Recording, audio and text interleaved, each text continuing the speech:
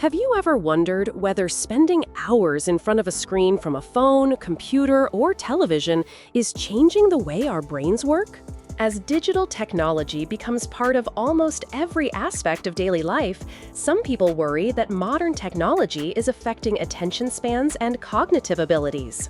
Others argue that digital tools provide new opportunities for learning, communication, and maintaining brain health. But what does the science actually show? Research increasingly suggests that what we do with digital technology matters more than simply how much time we spend in front of a screen. Studies examining sedentary behavior and dementia risk have found important differences between passive and mentally active activities. A person watching television passively for several hours is engaging in a very different cognitive experience than someone who is actively using a computer to learn a new skill or communicate with others. Long periods of passive sedentary behavior, like watching television, have been associated with increased dementia risk, whereas adults using digital technology to engage in mentally active sedentary behaviors have been associated with lower rates of cognitive decline. When used in this way, digital technology may enhance cognitive reserve by encouraging learning, problem-solving, independence, and social connection. Social media represents one of the most debated forms of digital engagement because it combines communication, entertainment, emotional stimulation, and constant information exposure. Brain imaging studies have shown that social media use can influence areas involved in attention, reward, and emotional processing.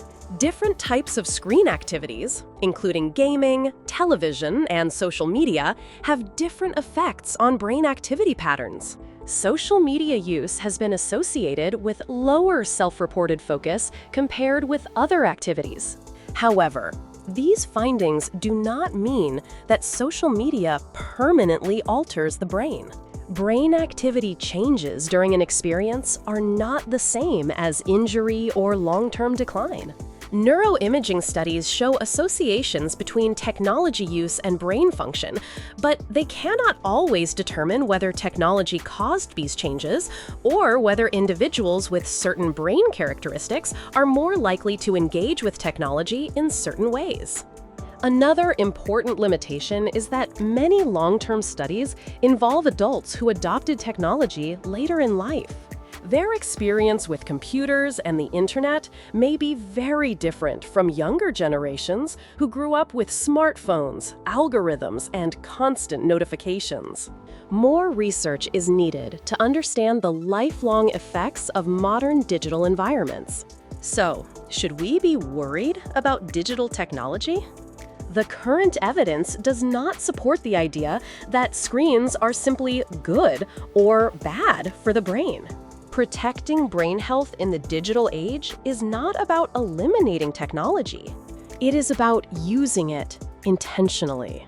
Using technology to learn, communicate, create, and stay socially connected may support cognitive health. On the other hand, excessive passive consumption, constant distractions, and technology use that interferes with sleep, exercise, or meaningful relationships may negatively affect overall well-being. To learn more about evidence-based strategies for healthy brain aging, visit cognitivevitality.org.